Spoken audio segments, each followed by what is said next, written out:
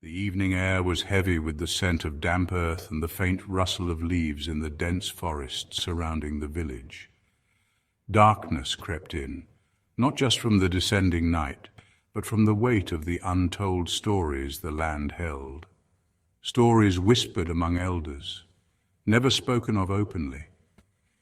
It was said that this village, abandoned by many during the war, carried a haunting secret. My wife and I had no idea then how deeply it would intertwine with our lives.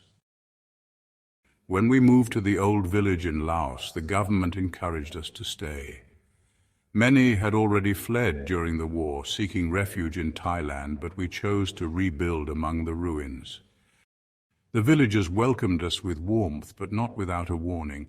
Never walk alone at dawn or dusk.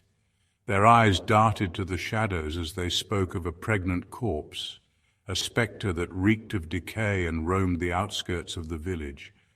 The horror wasn't just in its sight, but in the suffocating stench that accompanied it. At first we dismissed the tales as mere superstition. Life in the village was quiet, albeit eerie. Many of the old houses were torn down, replaced with newer ones as more families trickled in. Still, the stories persisted. Those who had lived in the village before the war avoided certain topics, but reluctantly shared the chilling tale of the pregnant woman who had never found peace. Years before, during the chaos of the war, a man had lived in the village with 2 wives. When word spread that soldiers were coming to arrest Hmong men who had fought for the Americans, the man fled with his first wife and children. His second wife, heavily pregnant, was left behind. He promised to return for her, but the dense jungle and treacherous mountains made her journey impossible in her condition. Days turned into weeks, and the villagers occasionally saw her moving about the house. Then one day she disappeared. They found her lifeless body inside her home, her hands gripping her swollen belly as though trying to deliver her child alone in the night. Without a proper funeral, a crucial tradition among the Hmong, the villagers buried her hastily. It was after this that the sightings began. The villagers spoke in hushed tones about a pregnant figure with disheveled hair and a rotting stench that lingered long after she had gone. One warm evening, my wife and I decided to visit our son and daughter-in-law at their farm. Halfway there, we crossed paths with a couple returning from the fields. The man stopped us and spoke in a low, urgent tone. "Be cautious ahead. There's a smell, a rotting stench. We didn't notice it this morning, but now it's overwhelming. Be careful." My wife and I exchanged uneasy glances. The warning wasn't unfamiliar. It echoed the villagers' stories. We continued cautiously until the air grew thick with the unmistakable odor of decay. My wife froze and pointed to the edge of the forest. "There," she whispered, her voice trembling. Peering through the trees, I saw a figure lurking behind a banana tree. Its hair was matted, and it wore a green and red sash. My wife's grip tightened on my arm as she murmured, "It's her." I tried to pull her back, but she shook me off, handing me her bamboo bucket. "Stay here," she said firmly. "No man is allowed." "What are you doing?" I asked, panic rising in my chest. "She needs my help," my wife replied, her voice steady but distant as though in a trance. She walked toward the figure, calling out softly, "Daughter, let me help you." The figure turned and began to walk into the forest. My wife followed, her voice echoing through the trees. I wanted to go after her, but fear rooted me in place. Minutes turned into what felt like hours. A couple passing by noticed me standing there, pale and trembling. That night, under the dim glow of the oil lamp, she recounted what had transpired. The pregnant corpse had led her deep into the forest, to a cluster of bamboo trees. There it stopped and lay down, spreading its legs. My wife, driven by a strange compulsion, helped deliver the child. It wasn't a baby, she said, her voice barely above a whisper. It was a mass of blood and hair, just clots, but it had form.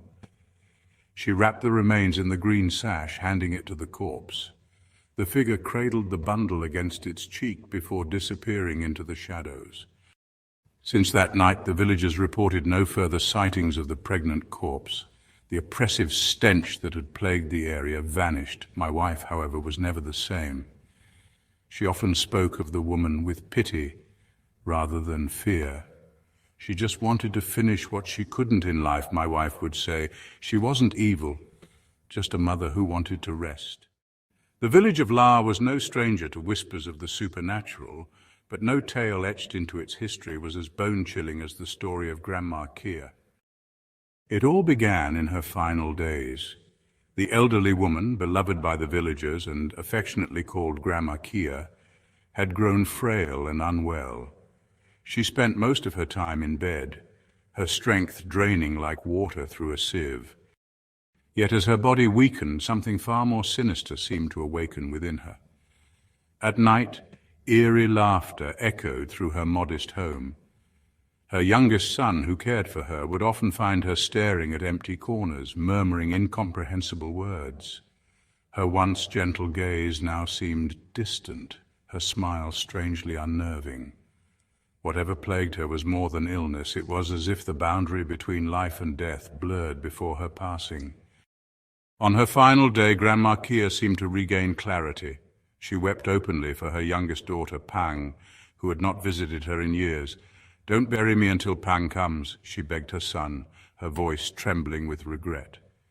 She confessed an old grievance, a time when she had chased Pang and her husband with a stick, striking Pang's husband in a fit of anger. That incident, she believed, had kept her daughter away. Her love for Pang, though, had never wavered. At sunset, Grandma Kia breathed her last. The villagers dressed her in traditional funeral clothes and began the solemn rites. Messengers were sent to inform Pang, who lived in a distant village. The funeral stretched into 6 agonizing days and nights. The sweltering humidity accelerated the decomposition of Grandma Kia's body, and the air inside her home became unbearable. The villagers, exhausted and grieving, coped by using herbs in their cooking to mask the sickening stench. One dish stood out, a fiery papaya salad, spicy enough to scorch the tongue. It had been Grandma Kia's favorite in life.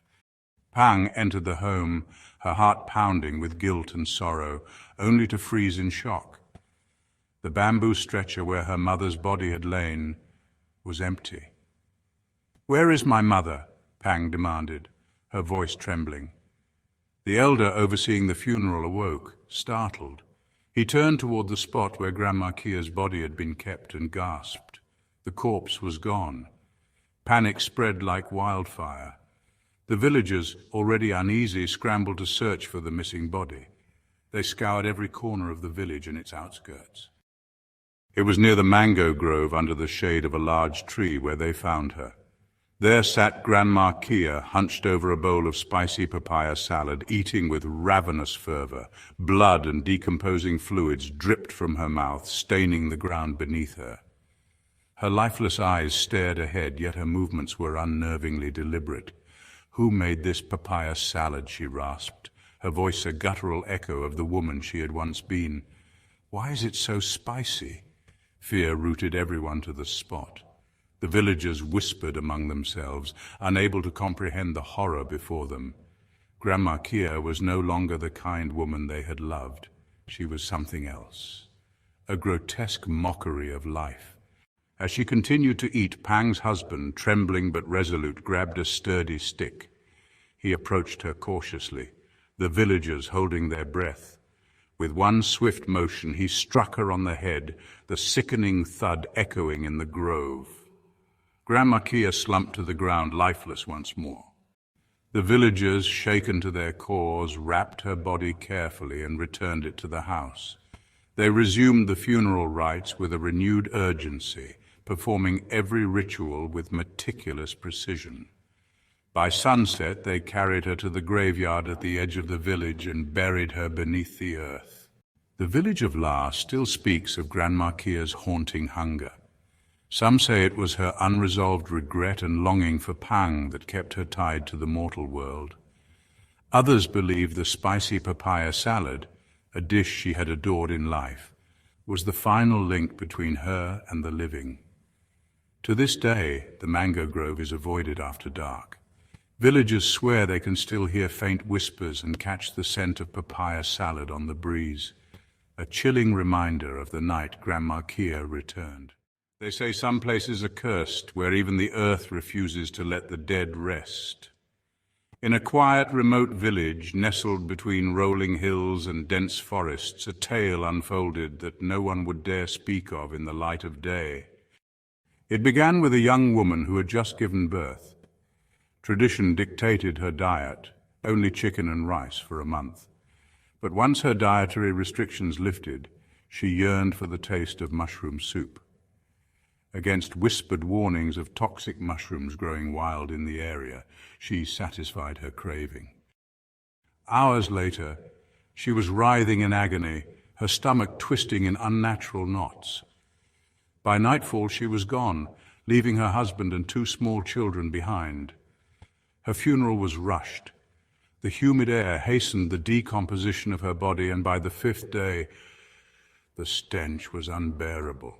The villagers, unable to endure it any longer, buried her in the village graveyard under the shadow of an ancient banyan tree. At first, everything seemed to return to normal. But soon the villagers noticed something strange. A foul, unmistakable stench began wafting from the graveyard, the same putrid odor that had plagued the funeral. Those who passed by on their way to the fields spoke of a sense of unease, as if unseen eyes followed their every step. The graveyard, once a place of quiet reverence, became a spot to avoid at all costs. One evening, a woman named May and her husband were returning from their farm. As they approached the graveyard, May stopped in her tracks, wrinkling her nose. "Do you smell that?" she asked her husband, her voice trembling. "It's probably just the rain stirring up the earth," he replied, brushing off her fears. "Let's keep moving, we have work to do." Then she heard it, a sound so chilling it made her blood run cold. Another voice joined hers in mourning, distant but unmistakably human. It seemed to come from the hill beyond their farm. May froze, straining to hear. The cries were hauntingly familiar, echoing her own grief in a harrowing chorus. Panicked, she bolted the door and clutched a sickle for protection. The cries grew louder, closer. The air grew thick with a putrid stench she recognized all too well, the same smell that had lingered in the graveyard. Suddenly the door creaked open. A shadowy figure stepped inside, its hair wild and tangled, its face obscured. It sobbed and wailed as it shuffled toward the bed where May had laid her husband's body. Terrified, May slipped out through the back and ran as fast as her legs could carry her. The cries chased her all the way to the village. By dawn, May, her in-laws, and a group of villagers returned to the farmhouse. Inside, they found her husband's body mutilated beyond recognition. His abdomen had been hollowed out, his organs gone as though something or someone had devoured them. Fearing another tragedy, they decided not to hold a traditional funeral. They hastily buried his remains in a shallow grave at the edge of the graveyard. But curiosity got the better of them. Unable to shake their unease, the villagers decided to check the grave of the woman who had died from the mushroom soup. What they found chilled them to their core. The grave was empty. The earth had been disturbed from within, as though she had clawed her way out. Terrified, the villagers fled back to the safety of their homes, knowing deep down that whatever haunted their village was far from over. Some say her restless spirit still roams the graveyard, hungry for something only the living can provide.